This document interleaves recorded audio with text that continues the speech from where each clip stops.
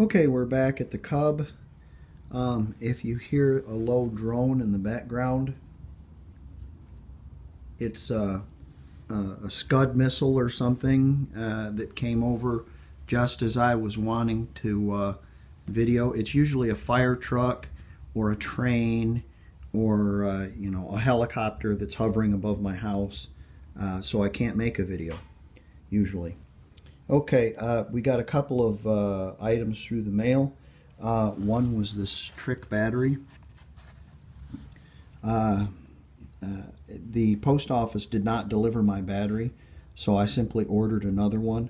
The other one was stolen by the post office worker. I'm guessing they didn't want to deliver on Saturday, so they took all the mail back to their house and took the packages out and the checks and whatnot, and then slept the rest of the day, threw all the mail away, and delivered the vehicle back to the postal working facility. Those hired by, not by the content of their character. That's about correct. But I did get another one. It's very trick. It's a Japanese battery. It's an old Japanese battery. Come with this neat little piece of paper. I thought it was neat. It's got a list of battery types and such in this neat little box. Super Dash. And it was so trick that I bought another one just to look at it. In the event that I need another one, I can have another one. Of course, it's dry. I have to add acid to it, so it doesn't matter how old it is, it'll always work. You just have to add acid to it. You know, a battery holds chemical energy and not electricity. Here comes the train. I can hear it. So I better make this video quick. Also, we got a new coil. So I'm going to, first thing what I'm going to do, of course we don't have any spark on this. So the first thing I'm going to do is I'm going to stick the coil on it and see if that doesn't fix the problem. If it doesn't fix the problem, I need to ohm all my my wires and make sure that they're not grounded or shorted to ground, that they go everywhere in the right place. If I don't get any spark, then I'm going to check my contact set again. Still don't get any spark. It's going in the back garage because I've got other projects to work on. So I'm going to check my my wires with this analog meter that my brother had assembled a long time ago. He used this in the military as an aeronautic electrician, and I guess they probably wouldn't allow it now, but it does work. Still works, thanks Brian. And it's a great meter. I love it. It's not digital. So that's where we're at now. Also, I wanted to let you know that this video I'm going to try to put together with some other videos, kind of edit it, put them together, and then have just one long video, because I've got several other things I want to show you and do as well, and see how that works. So there you go. Okay, and I'll end this with a train horn. No? Oh, must be only when I'm describing things. Ah.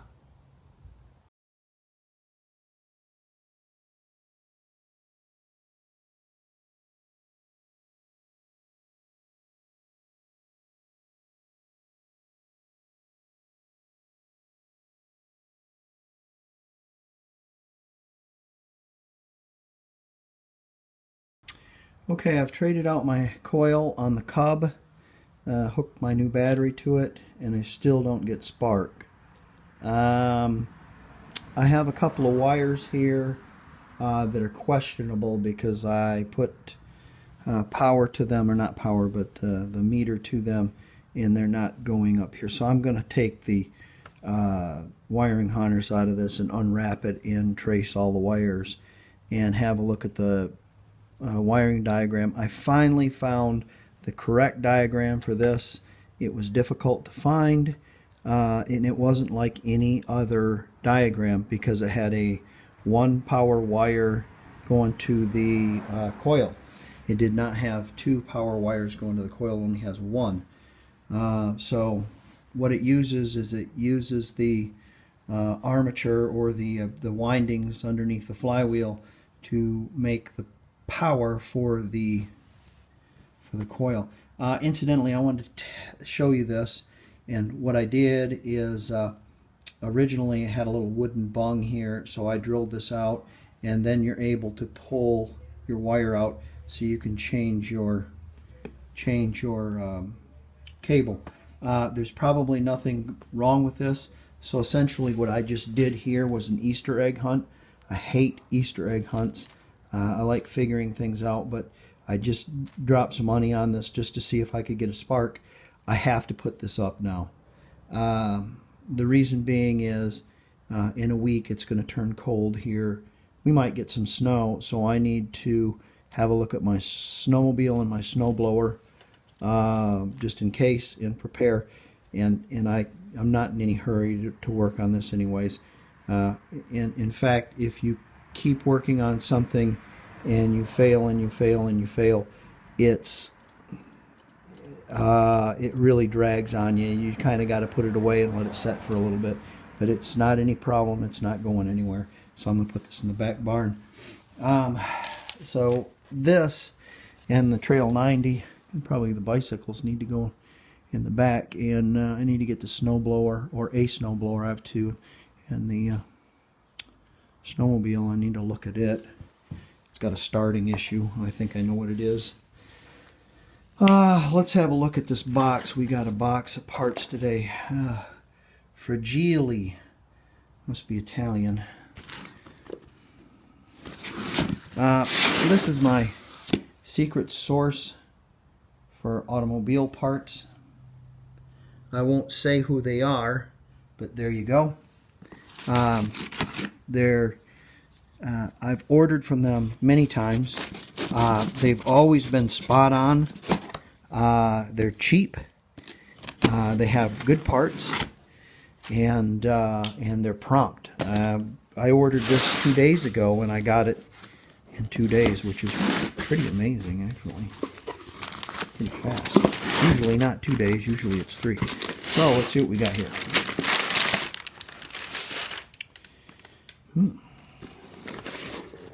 Wonder what that is. Oh, that's transmission filter for the bus. Your factory oil filters are cheaper than if you go to Walmart, so I buy those. When I buy parts, I buy a couple of them. That's the switch for the van. Ooh, I'm going to have low for my heater. Isn't that nice? I don't have to have it on fast. So, new switch. Okay. Magnet. This is... it's funny. The moment I ordered this,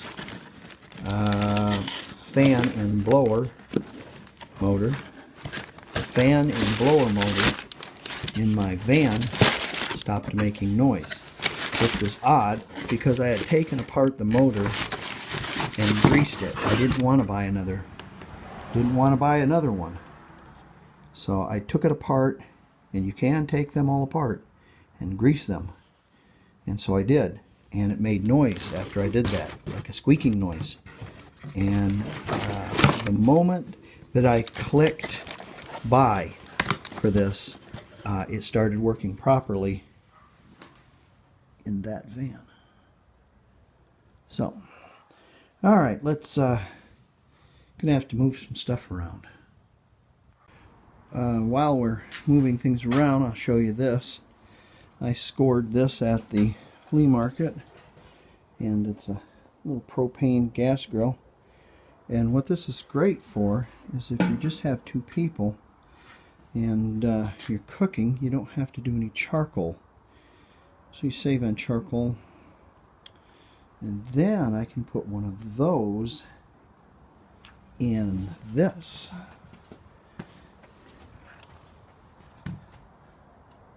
So, if my bottle in the bus,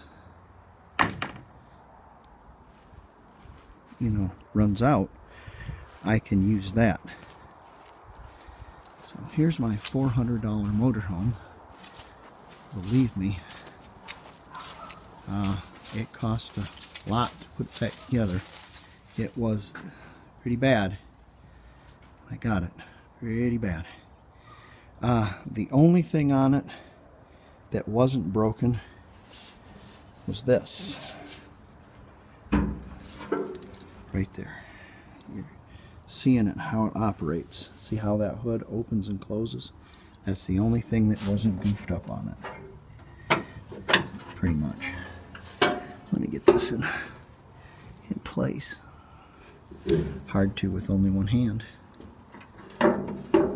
I got, gonna do I hate using that word, but I guess I'm gonna have to use it. A cold start on this. It's just stupid.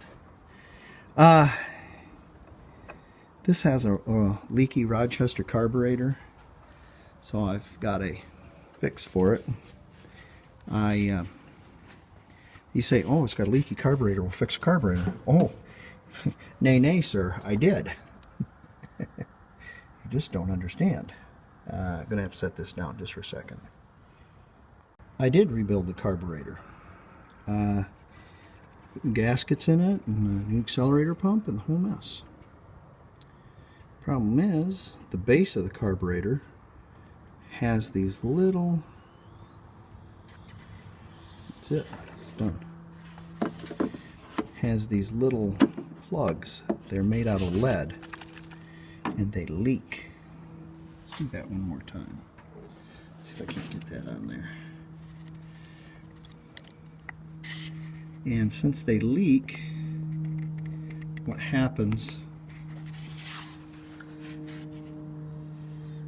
is all your gas runs out of the float bowl of your carburetor. So I have this hose that goes through the air cleaner, and it goes into the float bowl vent. So what that does is when you take this little bottle of gas and you squirt it in there, it fills float bowl up. So you're not cranking on it for 6 days, priming your fuel or priming your carburetor. If there's any keys in this thing, yeah, there's keys in it. Let's see if this great Walmart battery will still works. Let's give her a few pumps. Couple more. You can see how my idea works so great.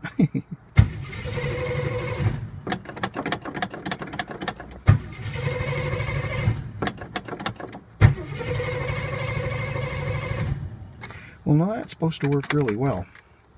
Probably I don't have enough gas in there. Hold on a second, let me try priming that again. Okay, why don't we try this again? I forgot to say that Rochester carburetors have enormous float chambers. So just a half a cup of gas ain't gonna do it. There it is. Oh, come on, baby. Come on, you can do it.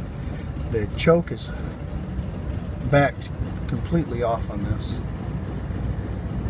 And the reason for the choke being backed off is carburetors that are really fat and have chokes on them. They wash all the lubricating properties off the cylinder walls. What is that? Oh, okay, I thought it was cracking the windshield. Wash all the oil off the cylinder walls, and what happens is your engine wears prematurely. And a carbureted engine with 90,000 miles on it, like this one has, is almost wore out using a carburetor. They just don't last very long. This one isn't fuel injected. Let's see if I can't get that off. I have it on there a little bit.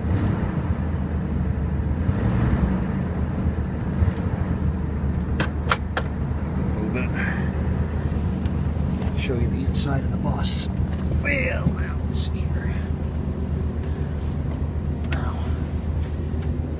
Don't get your hopes up, folks. It's not very fancy. but we made it livable. Had to do some roof repair. You know, yeah, little deal broke for the antenna, and it wasn't secured to the roof very well, so yeah, there you go. I made my own counter and that kind of stuff, but it works. Everything works on it. Toilet and sink and that kind of stuff, so it's kind of nice. Put a little TV into VCR, and for the wife and I, it's all right. It's fine. Anyways, this has got to have a couple of things done to it, because I'm going to use it, I guess, pretty soon, and I'll make a video of that probably also.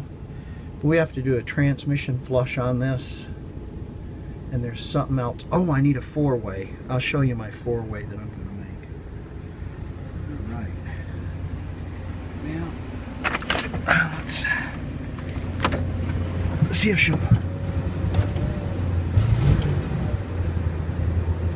she'll move. Still idling awful hard, awful high.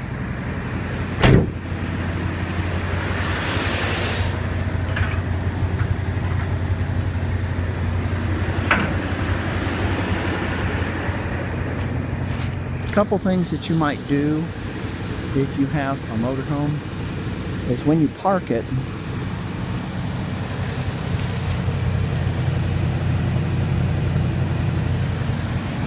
park the front and back wheels on a block of wood.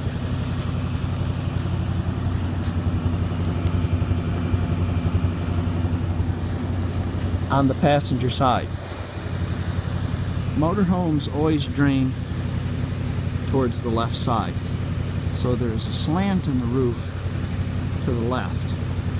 If you pick the right side up just 2 more inches, you get a little bit more of a slant.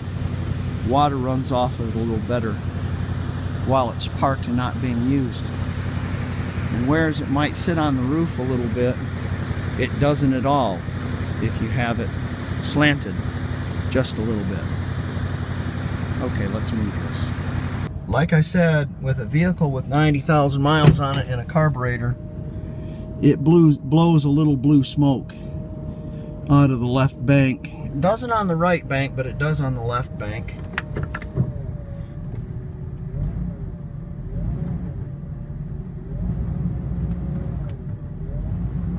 Probably valve guides, or valve seals, I should rather say.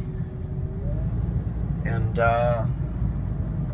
I'm just going to feed its habit, because putting valve seals in this is not fun. It goes away after a while, and the thing doesn't burn any oil per se. I've put about 500 miles on it, which is a lot, going back and forth to the lake several times, you know, on this, and have not put any oil in it. So, you know, saying it uses oil, I think it's just collected on the valve seals and leaking down on initial startup. I don't think it's a ring problem, and if it is, it's very slight. Like I said, I'm going to feed its habit. I might also say that this is a Chevrolet engine. 350. No. 350 400 TH. Turbo hydro behind it. It is the only General Motors engine I've ever had that ran correctly. Now, that's not to say, all you GM guys out there, that there aren't others. I'm just saying, all my vehicles, because of the crapicity of them all, and because being young and you can't afford anything, and it goes on and on and on and on like that. What led me to buying Japanese cars is you could get in them and they ran really well, just because when I was young, my General Motors cars, they ran terrible. This one I had replaced all the vacuum hoses on and did a tune-up on spark plugs, rotor and cap, and rebuilt the carburetor, fuel filter, that kind of thing. And every vacuum hose had a place to go, which was fantastic, because I've never had a GM engine with vacuum hoses and carburetors on it that there wasn't a bunch of screws and whatnot jammed up in the back of the vacuum hoses blocking them off. There is a place for every vacuum hose on this, and it runs great. That's what sold me on this thing, is it actually ran. Well, I had to fix the ignition. I should have done videos of this, because this was an amazing build, fixing everything. I had the side all off of it. Anyways, yeah, I could go on and on about that. I won't. Okay, back to the plan. We need to get the tractor out of the way, the little tractor, which has a flat tire. Actually, that needs to come in too, because I got to fix that flat tire. That's got to be fixed. That's a pain in the ass. Every time I park it, it gets a flat tire on that side. And I've had that tire off there 65 different times. So I got to figure out what it is once and for all and fix it. Then that sled needs to come up front. And then I have a snowblower back behind there. So I need to get those. Okay, I think the first thing is blow up that air in that tractor tire.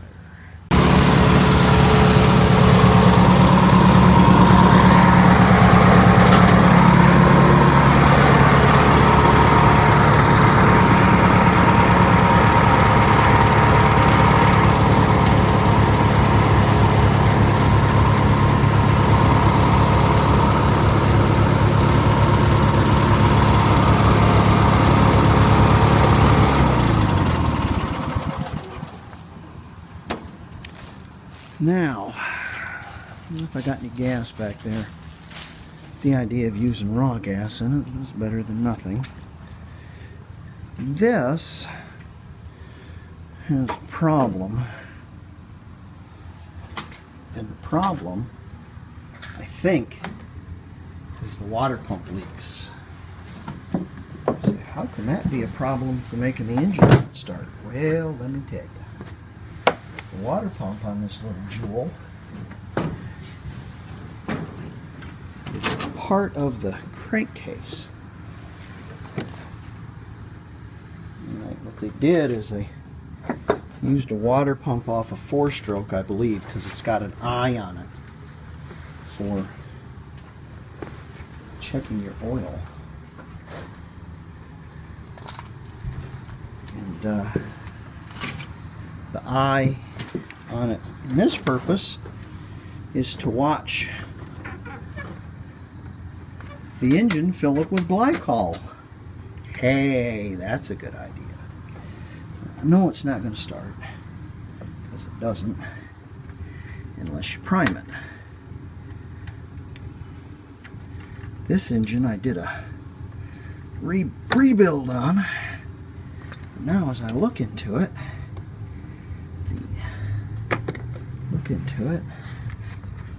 there's absolutely no coolant in it at all, because it's all leaked into the engine. Yay!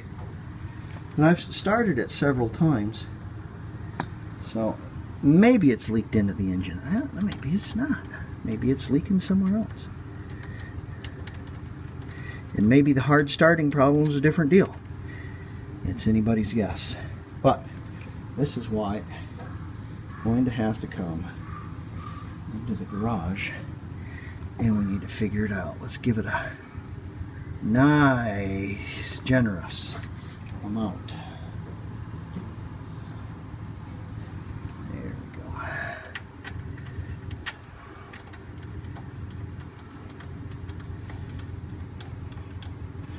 I'm just going to prime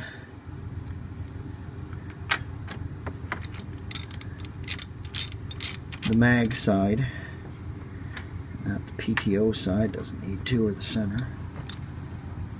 One will get them all pumping right along. Let's see here. Switch on, safety harness in, safety harness. We don't need no safety harness. Let's see here. Choke. Evil pull start only. Ooh, it fired. Ooh, it fired again. And again. And again. And again.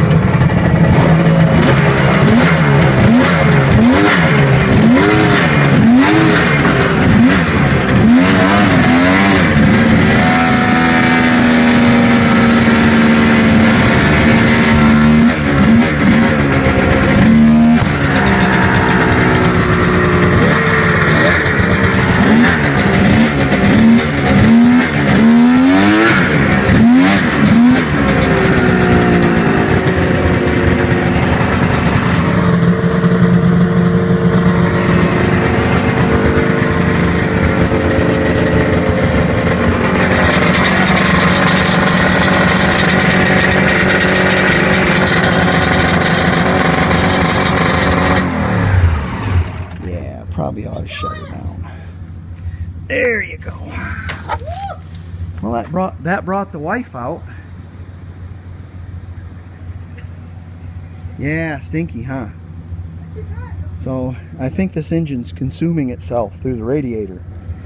So we need to have a look at that, because that's all kinds of wrong. So I didn't like the big bog it had. I don't like the smell of the glycol, and I guarantee you that damn cheesy water pump is leaking. I bet you any money. Okay, and let's get the stuff in the garage now. The other stuff. Trail 90 cold start. Uh-oh. Probably because it's in gear. Or probably because the battery's dead. I'm guessing the battery's dead.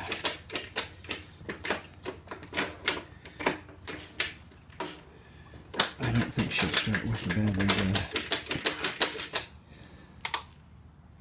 I don't know which way to start because there's no light. We'll just see. Let's see what happens. I'll be pushing this stuff. I got you. Oh, no, look. Ooh, uh-oh. Uh-oh. Come on, baby. Come on, honey. Come on, sweetie. Do it for Dan.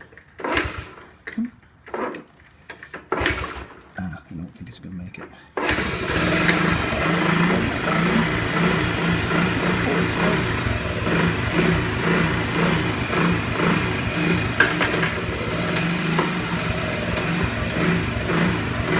I lose my neutral light all of a sudden. I lose all the rest of my lights too? Oh, I turned on the light and it went dead. Because the battery's dead. Took all the zap away from the...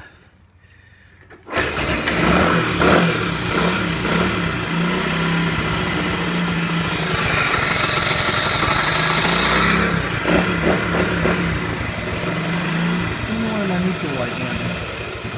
Come on, baby.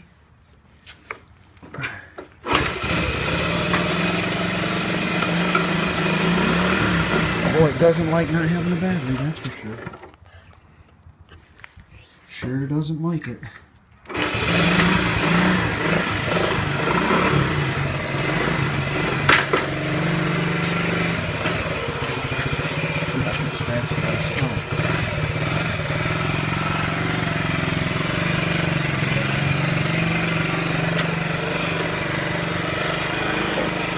It doesn't like not having a battery, that's for sure. First gear, second gear. Ah, made it. Yay! I better put the trickle on it. Must have left the ignition on or something. Okay.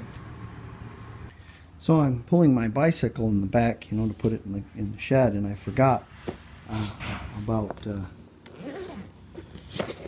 great equalizer in here. So I want to take out my great equalizer because here in Oklahoma we can have great equalizers if you have a little card, and nothing's much said about it.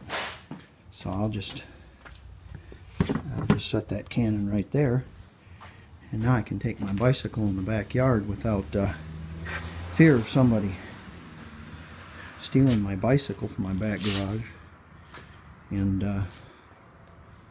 with an equalizer in it. We wouldn't want that. Can't see it very well because it's gotten dark. I'll show you this. I scored this.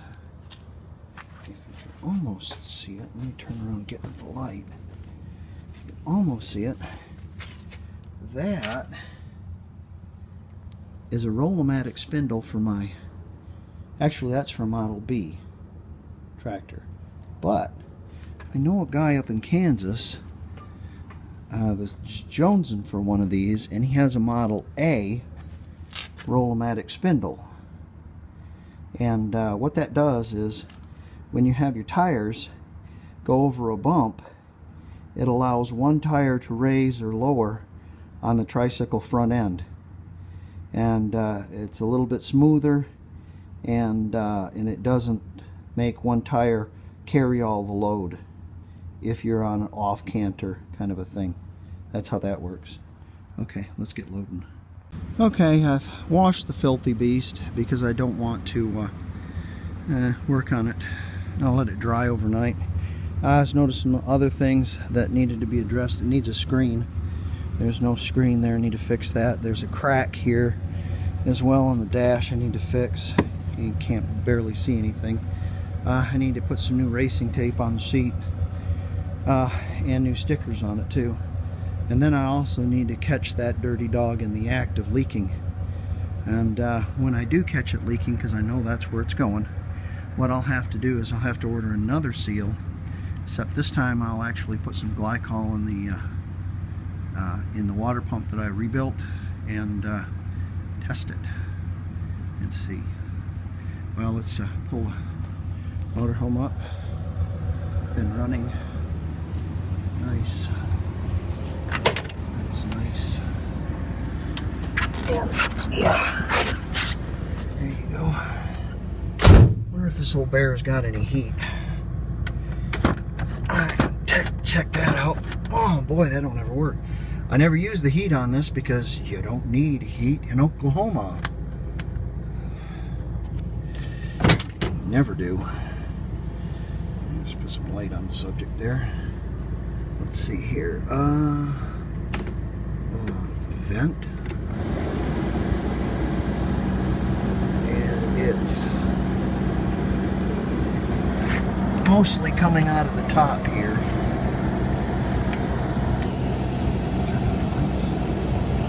Mostly coming out of the top. If I can change this any. Looks like I got a blend door motor I'm going to need to fix too. Yeah, that works. It's all stuck on the frost. There is heat coming out of the bear, so that's good. What I'm interested in all this stuff for, moving it around and stuff, is like I said, we're going to get some weather. And a weather event in Oklahoma is rare. So, which means we might have a white Christmas, which is rare. So, all you guys up north are like, oh, what the hell do you got snowmobiles for then? Well, just for giggles. Just for something to fool with. Okay, I'm out till tomorrow. So, you guys have a good night.